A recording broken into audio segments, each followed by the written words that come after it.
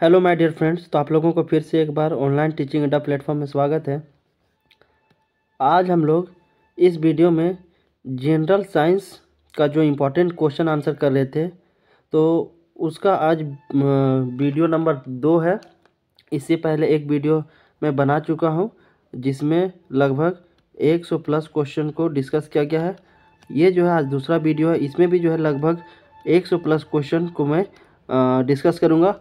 और जो 1500 plus important previous years general science question करवाने का जो सीरीज चल रहा है, तो इस सीरीज का आज दूसरा वीडियो है। इससे पहले एक वीडियो बन चुका है। अगर आप वो वीडियो नहीं देखे हैं तो प्ले लिस्ट पर जाके जनरल साइंस से मिल जाएगा, तो आप इसको देख सकते हैं। तो आज भी जितने भी सारे क्वेश्चन को डिस्कस किया जाएगा, सारे के सारे जो है प्रीवियस ईयर क्वेश्चन है और एग्ज़ाम ओरिएंटेड है। कहीं ना कहीं ये सारे क्वेश्चंस आगामी एग्ज़ाम में झारखंड के एग्ज़ाम में पूछे जा सकते हैं। तो चलिए हम लोग फटाफट कम समय में ज़्यादा से ज़्यादा क्वेश्चन को रैपिड शॉर्ट में कंप्लीट करते हैं।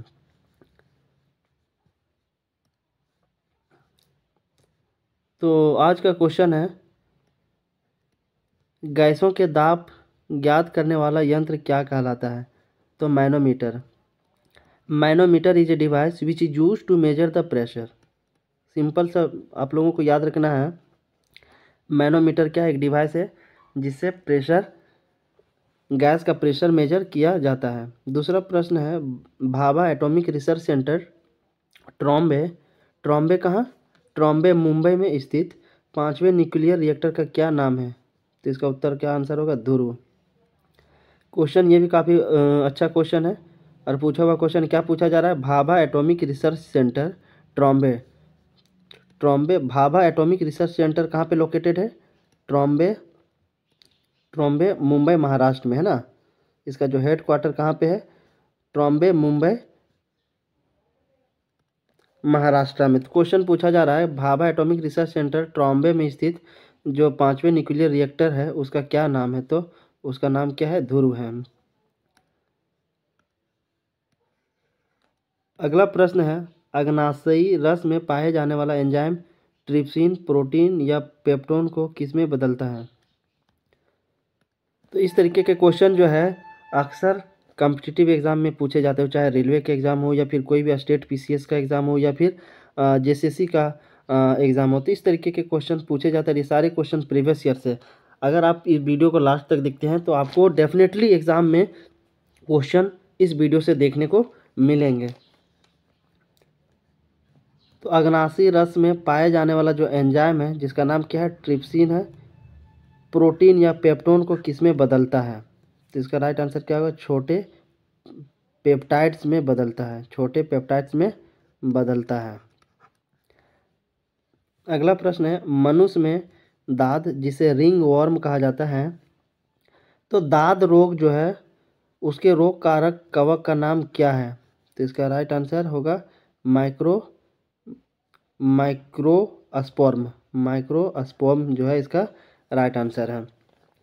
मनुष्य में देखते होंगे जो दाद खुजली की जो बीमारी होती है, रोग होती है, जिसे रिंग वर्म कहा जाता है, तो उस रोग के जो रोग कारक कवक है, तो रोग कारक कवक के नाम क्या है? तो माइक्रोस्पोर्म है।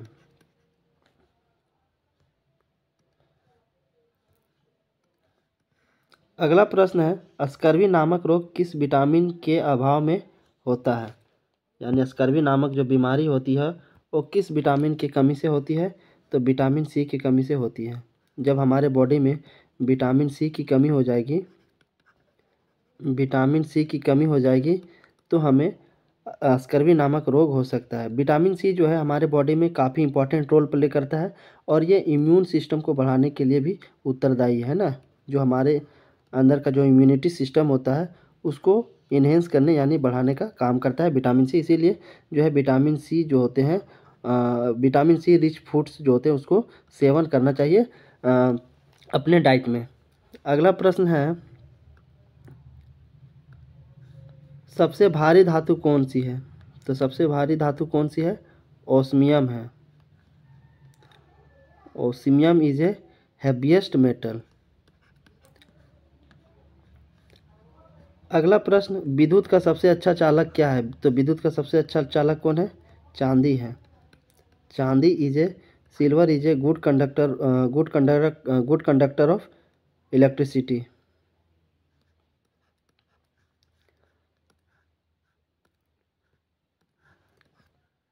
चलिए अगला क्वेश्चन हम लोग फटाफट डिस्कस करते हैं।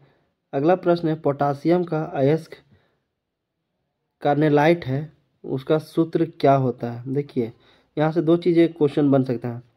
अगर आपसे पूछा जाए पोटासियम का जो अयस्क है वो क्या है, तो पोटासियम का अयस्क कार्नेलाइट है। और कार्नेलाइट का जो सूत्र होता है, फॉर्मूला होता है, वो होता है KCl(Mgcl2).6H2O, यानी वाटर के 6 मॉलिक्यूल्स। एग्ज़ाम में इसी तरीके के जो है क्वेश्चंस पूछे जाते हैं, छोटे छोटे क्वेश्चंस पूछे जाते हैं, लेकिन जब इनका आंसर हमें नहीं पता होता है तो यही क्वेश्चन जो है हमें गले की हड्डी बन जाती है और हम नहीं कर पाते हैं। तो याद रखिएगा, पोटेशियम का अयस्क क्या है? कार्नेलाइट है, जिसका सूत्र KCl(Mgcl2).6H2O है। अगला प्रश्न है, यूरेनियम के नाभिकीय विघटन में अंततः क्या प्राप्त होता है? तो सीसा प्राप्त होता है। क्या प्राप्त होता है? सीसा, लेड, जिसे पीबी कहा जाता है। तो याद रखिएगा, यूरेनियम के नाभिकीय विघटन जब किया जाता है तो फाइनली हमें लेड प्राप्त होता है। अगला प्रश्न है, ध्वनि को मापने की इकाई क्या है? ध्वनि जो होती है, साउंड जो होता है, इंटेंसिटी ऑफ साउंड को किससे मापा जाता है?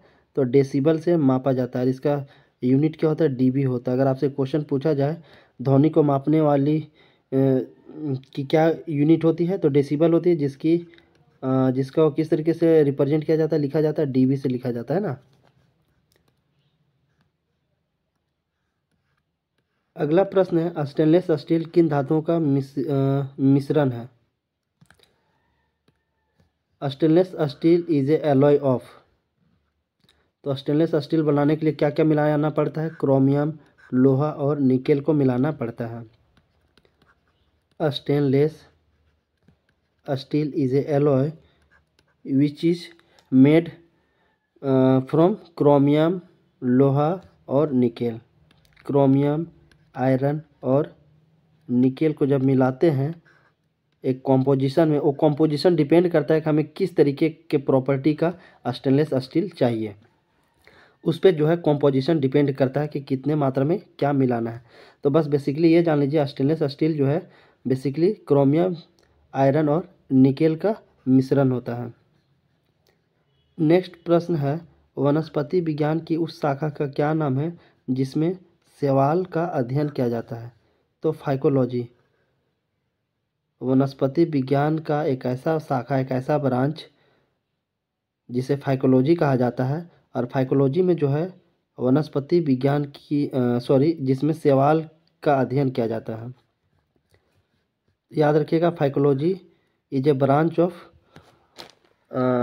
ऑफ साइंस या जियोलॉजी बोल सकते हैं, जिसमें शैवाल के बारे में स्टडी किया जाता है।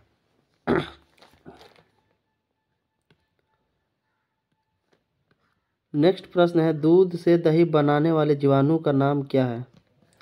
दूध से जो दही बनता है वो किस जीवाणु के कारण बनता है? तो बैक्टीरियम लैक्टिसिस की वजह से।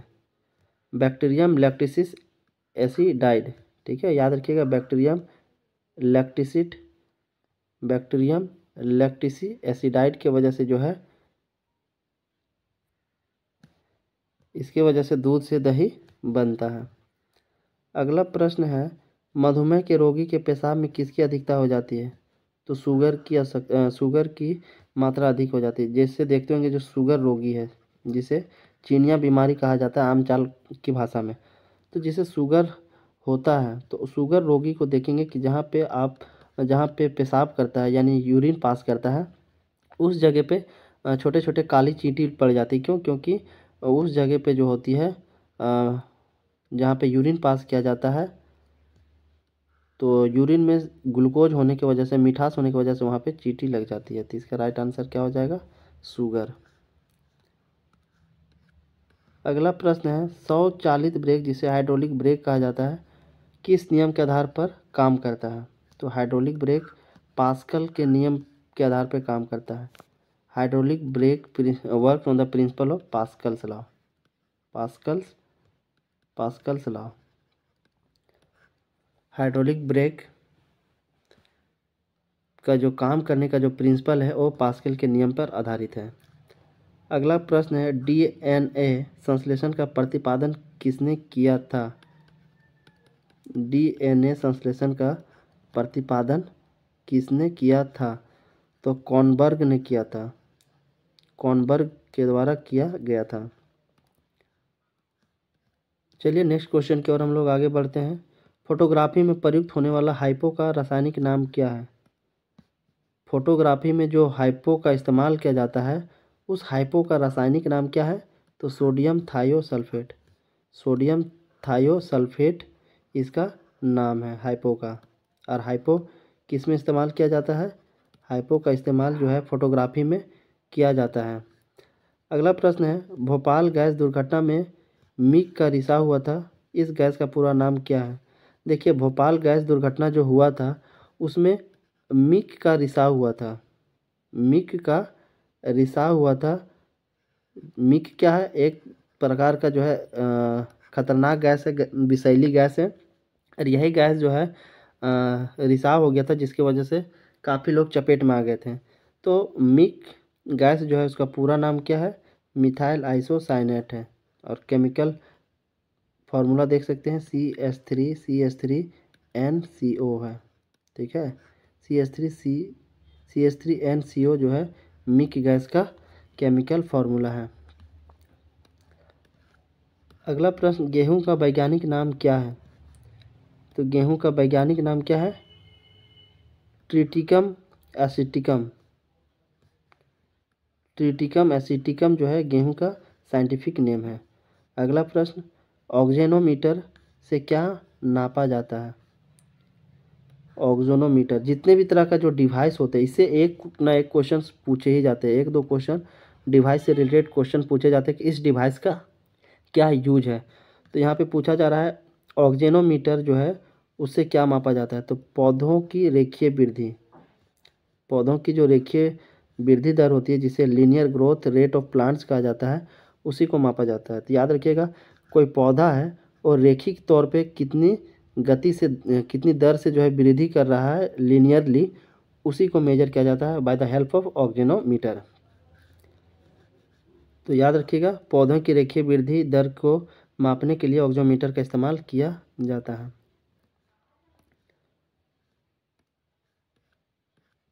नेक्स्ट प्रश्न है कमरे में रखे रेफ्रिजरेटर का दरवाज़ा खोलने से कमरे के ताप पर क्या प्रभाव पड़ता है? रेफ्रिजरेटर जो फ्रिज होता है ऑलमोस्ट सभी के घर में होते हैं, सभी के घर में होगा। तो जब आप रेफ्रिजरेटर का जो डोर है दरवाज़ा जो होता है उसको खोलते हैं तो कमरे के जो टेम्परेचर होता है उस पर क्या प्रभाव पड़ता है? तो कमरे का जो टेम्परेचर होता है वो बढ़ जाता है। ठीक है, रेफ्रिजरेटर यानी फ्रिज का जब आप दरवाज़ा खोलते हैं तो उस कमरे का जो टेम्परेचर होता है दरवाज़ा खुलने की वजह से फ्रिज का टेम्परेचर बढ़ जाता है कमरे का। अगला प्रश्न है ताप बढ़ने पर अर्धचालकों जिसे सेमीकंडक्टर कहा जाता है ना, सेमीकंडक्टर तो टेम्परेचर जब बढ़ाएंगे तो सेमीकंडक्टर की जो कंडक्टिविटी होगी जिसे चालकता कहा जाता है वो बढ़ता है कि घटता है? तो बढ़ जाता है। तो याद रखिएगा जैसे जैसे टेम्परेचर बढ़ाएंगे हम, ठीक है, टेम्परेचर बढ़ाएंगे तो कंडक्टिविटी जो होगा, कंडक्टिविटी यानी चालकता दर, कंडक्टिविटी जो होगा वो भी बढ़ेगा सेमीकंडक्टर का। तो सिंपल से याद रखना है टेम्परेचर बढ़ाएंगे तो सेमीकंडक्टर की जो कंडक्टिविटी होगी, चालकता होगी, वो भी बढ़ेगा।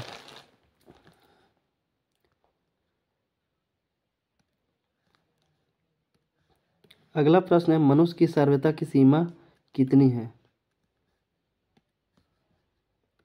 तो ये क्वेश्चन जो है आप बहुत सुने होंगे, देखे होंगे और ये क्वेश्चन पूछा भी गया कई एग्जामों में।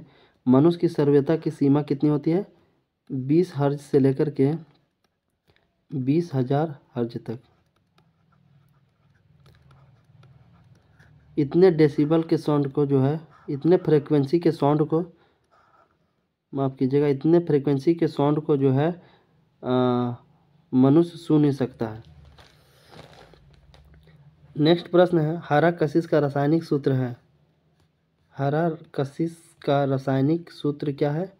FeSO4 7H2O। नेक्स्ट प्रश्न है, कैलोमेल का रासायनिक नाम क्या है? तो कैलोमेल का जो रासायनिक नाम है वो है मर्क्यूरस क्लोराइड। मर्क्यूरस क्लोराइड को जो है कैलोमेल के नाम से भी जाना जाता है। अगला प्रश्न है, हीरे की चमक का कारण क्या होता है? तो प्रकाश का पूर्ण आंतरिक परावर्तन, जिसे इंग्लिश में क्या कहा जाता है? Total internal reflection of light. Total internal reflection of light.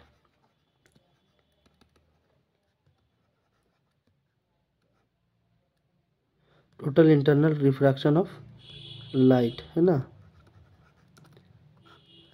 तो हीरे की चमक का कारण क्या होता है? प्रकाश का पूर्ण आंतरिक परावर्तन के कारण, यानी total internal refraction of light की वजह से हीरे में चमक होती है। अगला प्रश्न है, विद्युत तीव्रता का मात्रक क्या होता है? विद्युत तीव्रता का जो मात्रक है वो है न्यूटन। विद्युत तीव्रता का मात्रक क्या है? न्यूटन पर कूलम है ना। अगला प्रश्न है, विटामिन ई का रासायनिक नाम क्या है? विटामिन ई का रासायनिक नाम क्या है? तो टेकोफेरॉन है। विटामिन ई को टेकोफेरॉन के नाम से जाना जाता है।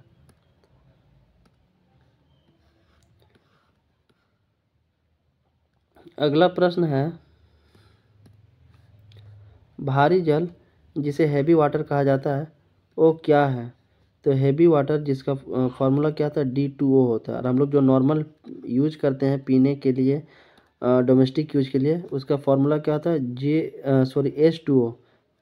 और हैवी वाटर का फॉर्मूला क्या होता है? केमिकल फॉर्मूला D2O, जिसे ड्यूटेरियम ऑक्साइड कहा जाता है। Deuterium oxide. नेक्स्ट प्रश्न है, ट्रेकोना रोग किस अंग से संबंधित रोग है? तो ट्रेकोना रोग आँख से संबंधित रोग है। जब आँख में इन्फेक्शन हो जाता है, ठीक है, आँख में जब बैक्टीरियल इन्फेक्शन हो जाता है तो उसके वजह से ट्रेकोना रोग हो जाता है। और ट्रेकोना रोग अगर हो गया किसी व्यक्ति के आँख में, तो वो जो है व्यक्ति हमेशा के लिए अंधा हो सकता है। अपना जो विजिबिलिटी है वो लॉस कर सकता है। तो याद रखिएगा, ट्रेकोना रोग आँख से संबंधित बीमारी है। नेक्स्ट प्रश्न है, हेपेटाइटिस बी वायरस किस प्रमुख रोग के लिए जिम्मेदार है? तो पीलिया जो होता है, जिसे आप लोग क्या कहते हैं? पीलिया, जिससे जो होते हैं ना आँख और बॉडी धीरे धीरे पीला होना लगता है, पीला पड़ने लगता है। तो इसके लिए कौन रिस्पॉन्सिबल है? Hepatitis B virus. इसी के वजह से जो है पीलिया बीमारी होता है। अगला प्रश्न है, एपिलेप्सी रोग का संबंध किससे है? तो एपिलेप्सी रोग जो है इसका संबंध नाड़ी संस्थान से है। नाड़ी संस्थान से है। अगला प्रश्न, AB रक्त समूह वाला व्यक्ति किस रक्त समूह के व्यक्ति से रक्त ग्रहण कर सकता है? यानी कोई व्यक्ति है जिसका ब्लड ग्रुप AB है, तो क्वेश्चन पूछा जा रहा है कि वो किस ब्लड ग्रुप वाले व्यक्ति से जो है अपना ब्लड ले सकता है। तो किससे किससे ब्लड ले सकता है?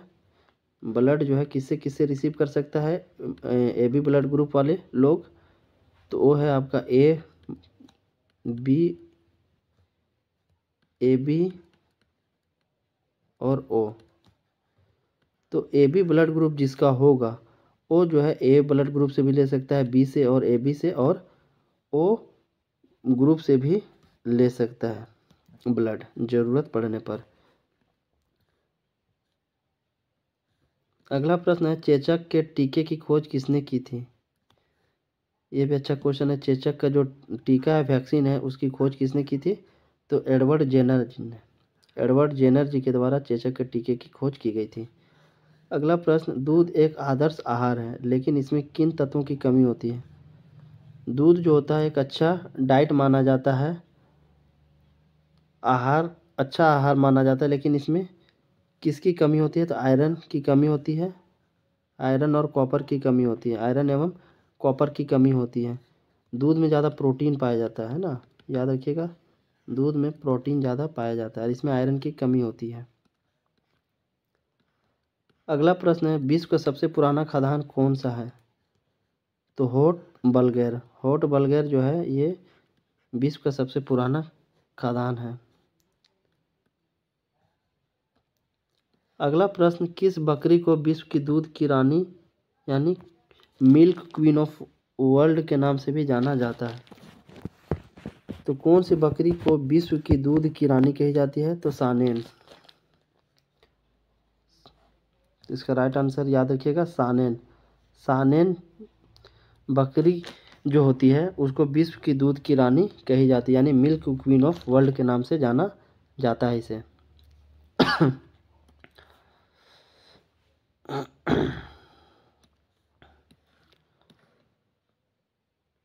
अगला प्रश्न है, हस्तचालित चारा काटने की मशीन जिसे चॉफ कटर कहा जाता है, उसमें फ्लाई व्हील किस प्रकार के लोहे का बना होता है? तो ढालवा लोहे का बना होता है।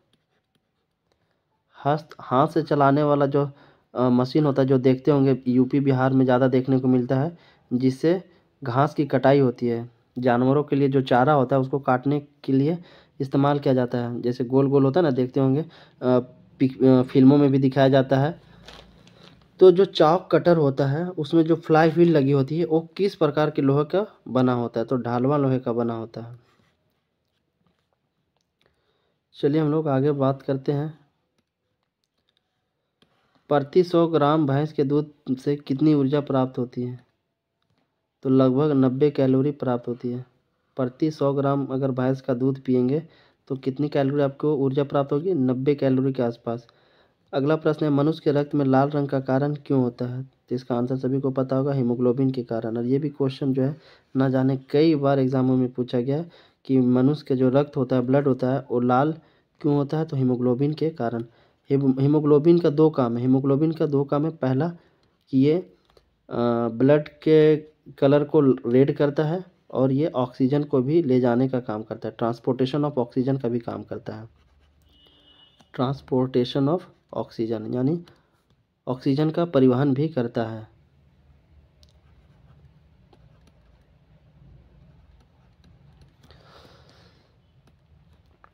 चलिए आगे बढ़ते हैं।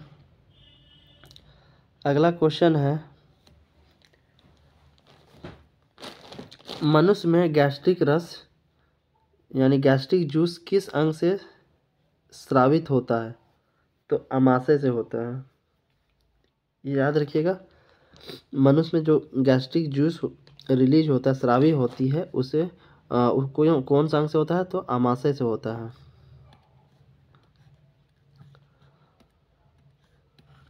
अगला प्रश्न, द ओरिजिन ऑफ स्पीसीज पुस्तक किसके द्वारा लिखी गई है? तो डार्विन के द्वारा लिखी गई है। याद रखिएगा, डार्विन के द्वारा द ओरिजिन ऑफ स्पीसीज पुस्तक लिखी गई है, जिसके लेखक है डार्विन ने। अगला प्रश्न है, प्रोसेसर की गति किस मात्रक में मापी जाती है? तो प्रोसेसर की जो गति होती है वो मेगाहर्ज या गीगाहर्ज में मेजर किया जाता है। मेगाहर्ज या तो फिर गीगाहर्ज में मेजर किया जाता है प्रोसेसर की गति, स्पीड। तो अगर आपसे क्वेश्चन पूछा जाए कि प्रोसेसर की जो स्पीड होती है किससे मेजर की जाती है? तो मेगाहर्ज और गीगाहर्ज से। चलिए फटाफट अगला क्वेश्चन की ओर हम लोग बढ़ते हैं। नेक्स्ट प्रश्न है, DTP का टीका बच्चों को किन रोगों से रक्षा के लिए लगाया जाता है? DTP का जो टीका होता है, वैक्सीन होता है, वो बच्चों को लगाया जाता है। तो बच्चों को कौन सा रोग से बचाने के लिए ये टीका लगाया जाता है? तो याद रखिएगा, टेटनस और डिप्थीरिया रोग से बचाने के लिए, और हुम्पिंग कफ। ये जो है टेटनस, दूसरा डिप्थीरिया और तीसरा हुम्पिंग कफ से बचाने के लिए बच्चों को DTP टीका लगाया जाता है। नेक्स्ट है वयस्क मनुष्य में हृदय चक्र जिसे कार्डियक साइकिल कहा जाता है उसका समय कितना होता है। तो कार्डियक साइकिल जो होता है मनुष्य में एडल्ट ह्यूमन जो होता है, ठीक है, एडल्ट ह्यूमन जो होता है उसमें हार्ट कार्डियक साइकिल जो होता है उसका कितना समय होता है 0.8 सेकेंड। यानी पंप होने में फिर सिकुड़ने में, ठीक है, फैलने सिकुड़ने में जो सेकेंड लगता है फ्रैक्शन ऑफ सेकेंड कितना होता है 0.8 सेकेंड होता है, ठीक है, इतनी तेजी से धड़कता है।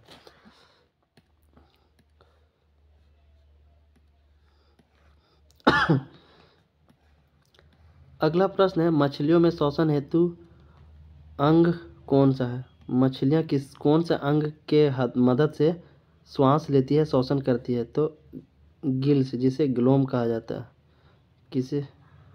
किससे मदद से करती है सांस लेती है, क्लोम के मदद से जिसे गिल्स कहा जाता है, जिसे गलफड़ा भी कहा जाता है ना। तो मछलियाँ जो होती है गलफड़े के मदद से अपना ब्रीदिंग लेती है। वाटसन व क्रिक को जीव विज्ञान की किस खोज के लिए नोबेल पुरस्कार प्रदान किया गया है। किसके बारे में पूछा जा रहा है। वाटसन और क्रिक को जीव विज्ञान की किस चीज़ के लिए, किस खोज के लिए नोबेल पुरस्कार दिया गया है। तो डीएनए के डबल हेलिकल मॉडल की खोज के लिए। डीएनए की जो डबल हेलिकल मॉडल है इसी का खोज वाटसन और क्रिक जी के द्वारा किया गया था। और इसे जीव विज्ञान, देखिए डीएनए वगैरह हम लोग किस में पढ़ते हैं, बायोलॉजी में पढ़ते हैं। तो इस खोज के लिए वाटसन और क्रिक को नोबेल पुरस्कार दिया गया। अगला प्रश्न बैक्टीरिया की खोज किसने की थी।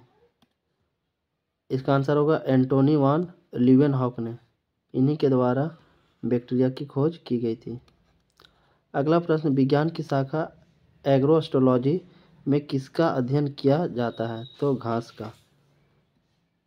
विज्ञान का एक वैसा शाखा जिसमें घास का यानी ग्रास का अध्ययन किया जाता है उसे एग्रोएस्ट्रोलॉजी कहा जाता है ना, एग्रोएस्ट्रोलॉजी। देखिए अध्ययन से एक दो क्वेश्चन जरूर पूछे जाते हैं कि इस अध्ययन में किसकी जो है कौन सा ब्रांच का अध्ययन किया जाता है। इस तरीके का जो क्वेश्चंस होते हैं पूछे जाते हैं। अगला प्रश्न है मानव शरीर में विटामिन के का निर्माण किस अंग में होता है। तो कोलन में बैक्टीरिया द्वारा होता है। विटामिन के का जो निर्माण होता है हमारे बॉडी में वो कोलन में होता है, बैक्टीरिया के द्वारा होता है। पीडियाट्रिक्स का संबंध किससे है। बच्चों के रोगों से। इसीलिए पेडियाट्रिक्स जो बच्चे के जो डॉक्टर होते हैं उसे क्या बोला जाता है, पेडियाट्रिक्स बोला जाता है, यानी बच्चों का डॉक्टर बोला जाता है। अगला प्रश्न है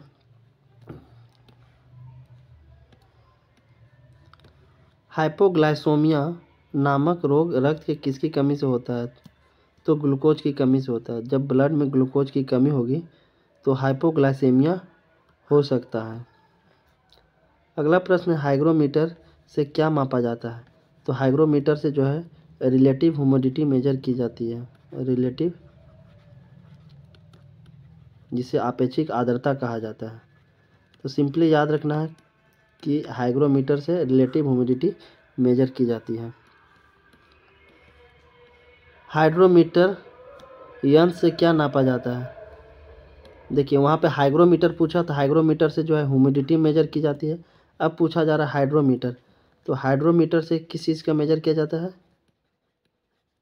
तो हाइड्रोमीटर से जो है रिलेटिव डेंसिटी मेजर की जाती है, घनत्व मेजर किया जाता है, रिलेटिव डेंसिटी।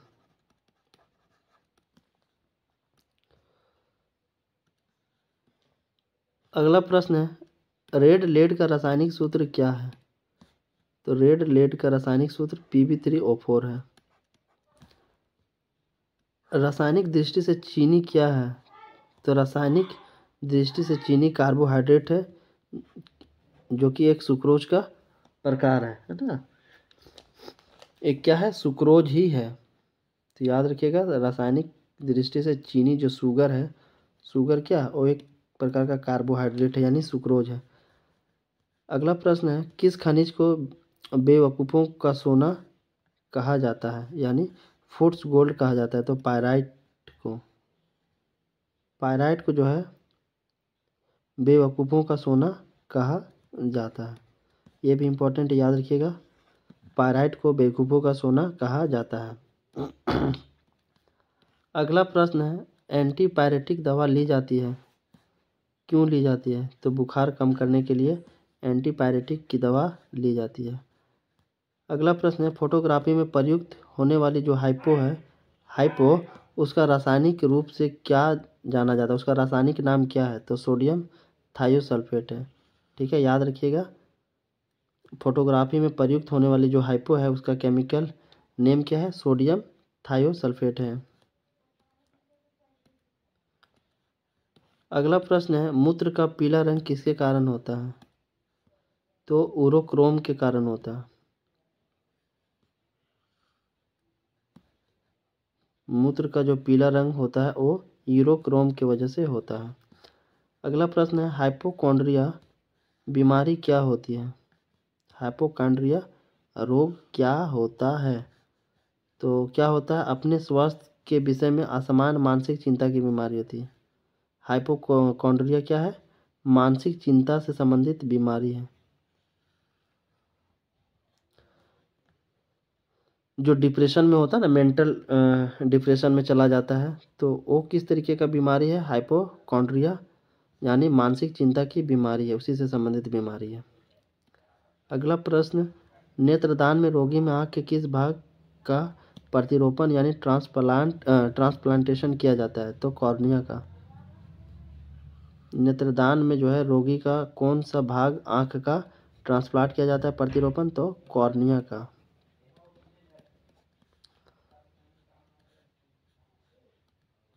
अगला प्रश्न है, पेलाग्रा रोग किसकी कमी के कारण होता है?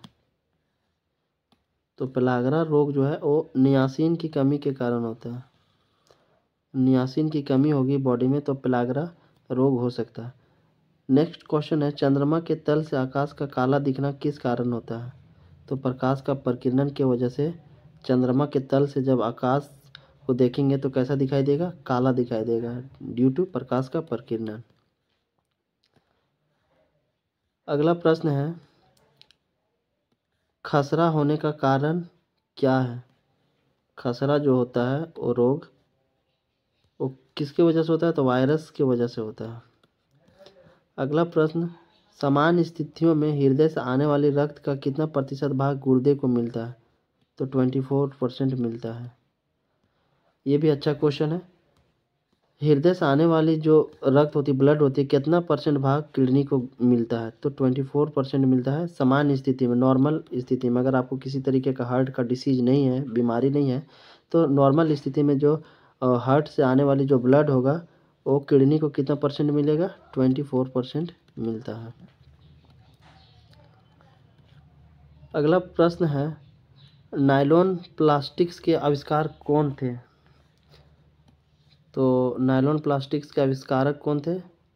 कोरोथर्स थे, और इन्होंने 1937 में इसकी आविष्कार की थी। कोरोथर्स 1937। अगला प्रश्न, रूटाइल जिसका केमिकल फार्मूला TiO2 है किस धातु का अयस्क है? तो टिटेनियम का। टिटेनियम इसका सही आंसर है। नेक्स्ट प्रश्न, लेड ऑक्साइड PbO का व्यापारिक नाम क्या है? तो व्यापारिक नाम क्या है? लिथार्ज। लेड ऑक्साइड का व्यापारिक नाम जो है वो लिथार्ज है। अगला प्रश्न है, हिंदुस्तान ऑर्गेनिक केमिकल लिमिटेड कहाँ पर स्थित है? तो कोलाबा, महाराष्ट्र में। हिंदुस्तान ऑर्गेनिक केमिकल लिमिटेड ये कोलाबा, महाराष्ट्र में लोकेटेड है।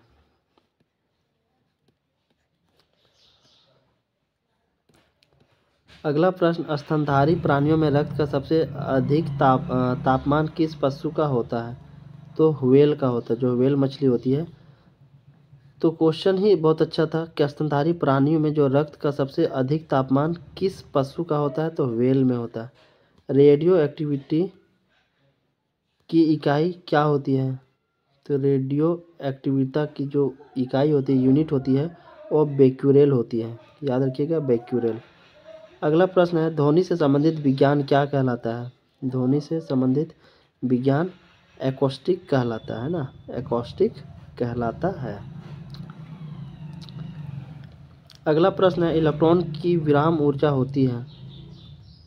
इलेक्ट्रॉन की जो विराम ऊर्जा होती है वो कितनी होती है? 0.51 होती है। कितना बोला जा रहा है? 0.51 मेगा इलेक्ट्रॉन वोल्ट होता है ना, 0.51 मेगा इलेक्ट्रॉन वोल्ट होता है इलेक्ट्रॉन की विराम ऊर्जा, जब वो स्टेशनरी पोजीशन में हो।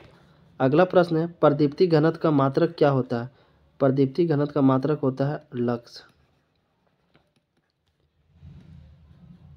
अगला प्रश्न है, बादल का हवा में तैरने का कारण क्या है? बादल जो है हवा में तैरते रहते हैं, इसके पीछे का कारण क्या है? तो इसके पीछे का कारण जो है वायु की श्यानता यानी विस्कोसिटी और अपने कम घनत्व के कारण। बादल जो है हवा में तैरते रहते हैं, क्यों? क्योंकि इसकी विस्कोसिटी, अपने विस्कोसिटी यानी वायु की जो विस्कोसिटी होती है और अपने कम घनत्व के कारण। अगला प्रश्न है, जीवन के उद्भव का प्रथम वैज्ञानिक विवरण किस वैज्ञानिक ने प्रस्तुत किया था? तो AI ओपेरिन ने किया था।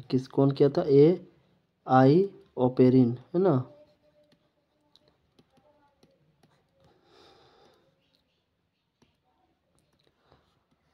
अगला प्रश्न है, इंसुलिन की खोज किसने की थी? इंसुलिन की खोज FG बेंटिंग के द्वारा किया गया था। याद रखिएगा, FG बेंटिंग के द्वारा इंसुलिन का खोज किया गया था। और इंसुलिन जो है ब्लड में शुगर लेवल को कम करने के लिए इस्तेमाल किया जाता है। अगर आपसे क्वेश्चन पूछा जाए इंसुलिन का इस्तेमाल कहाँ पे किया जाता है, तो ब्लड में शुगर लेवल को कम करने के लिए, शुगर लेवल को कम करने के लिए इस्तेमाल किया जाता है। अगला प्रश्न है, विटामिन सी का रासायनिक नाम क्या है? तो विटामिन सी का रासायनिक नाम एस्कॉर्बिक अम्ल है और ये इम्यून सिस्टम को इंक्रीज कराने में, बढ़ाने में काफ़ी महत्वपूर्ण होता है। अगला प्रश्न, सुपर फॉस्फेट उर्वरकों का सूत्र क्या है? तो इसका सूत्र क्या है? Ca होल थ्राइस H2PO4 का होल थ्राइस। अगला प्रश्न, पानी का अधिकतम घनत्व किस ताप पर होता है? तो पानी का जो अधिकतम घनत्व डेंसिटी होता है वो कितना डिग्री पे होता है? 4 डिग्री सेल्सियस पे होता है ना। तो पानी का अधिकतम डेंसिटी, अगर आपसे क्वेश्चन पूछा जाए पानी का मैक्सिमम डेंसिटी कितने टेम्परेचर पे होता है, तो 4 डिग्री सेल्सियस पे होता है। नेक्स्ट प्रश्न है, एपिलेप्सी रोग का संबंध किससे है? तो एपिलेप्सी रोग का संबंध सिंपली नाड़ी संस्थान से है। अगला प्रश्न, ड्रॉप्सी की बीमारी के लिए कौन सा मिलावटी तेल उत्तरदायी माना गया है? जो ड्रॉप्सी बीमारी होती है उसके लिए मिलावटी तेल उत्तरदायी होता है। तो तेल में कौन सा ऐसा चीज़ मिलाया जाता है जिसकी वजह से ड्रॉप्सी बीमारी होने की संभावना बढ़ जाती है? तो वो है आर्जीमोन। ठीक है, कौन सा है? आर्जीमोन। नेक्स्ट प्रश्न है, हड्डियों में फास्फोरस किस रूप में पाया जाता है? हड्डियों में फास्फोरस कैल्शियम फॉस्फेट के रूप में पाया जाता है। कैल्शियम फॉस्फेट के रूप में हड्डियों में फास्फोरस पाया जाता है। अगला प्रश्न है, किस उपकरण द्वारा ध्वनि तरंगों का प्रयोग करके समुद्र की गहराई नापी जाती है? तो सोनार का। ये तो कई एग्जामों में पूछा गया है। ऐसे तो सारे क्वेश्चन जो है किसी ना किसी एग्जाम में पूछे गए हैं, लेकिन ये क्वेश्चन बहुत बार अलग अलग एग्जामों में पूछा गया है। किस ध्वनि तरंगों का जो प्रयोग किया जाता है समुद्र की गहराई मापने के लिए, तो किसका उपयोग किया जाता है? सोनार का। ठीक है, तो बेसिकली क्वेश्चन यहाँ से बनता है, समुद्र की गहराई मापने के लिए किस यंत्र का इस्तेमाल किया जाता है, उपकरण का? तो सोनार का। इससे समुद्र की गहराई पता चल जाता है कि कितनी है। अगला प्रश्न है, मूत्र में एल्बुमिन आने से किस अंग के गड़बड़ होने की संभावना होती है? अगर आप यूरिन टेस्ट करवा रहे हैं, ठीक है, यूरिन टेस्ट करवा रहे हैं और इस यूरिन टेस्ट में आपको अगर एल्बुमिन जो है नॉर्मल रेंज से बढ़ा हुआ दिखे, जो नॉर्मल रेंज होना चाहिए उससे अगर एल्बुमिन की मात्रा अगर बढ़ी हुई दिखे तो ये संकेत है कि आपकी जो किडनी है उसमें किसी तरीके की गड़बड़ी है, समस्या है।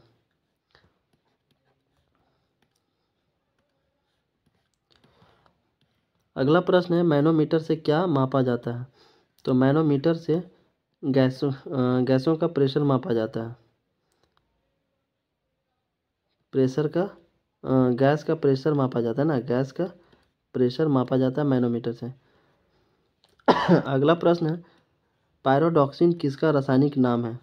तो विटामिन B6 का। विटामिन B6 का रासायनिक नाम क्या है? पायरोडॉक्सिन। अगला प्रश्न है, मैनोमीटर से क्या नापते? देखिए ये क्वेश्चन 2 बार रिपीट हो गया है, ठीक है। तो मैनोमीटर से अभी बताया कि क्या मापा जाता है? गैसों का प्रेशर मापा जाता है। Manometer is a device which is used to the measure of pressure of gas.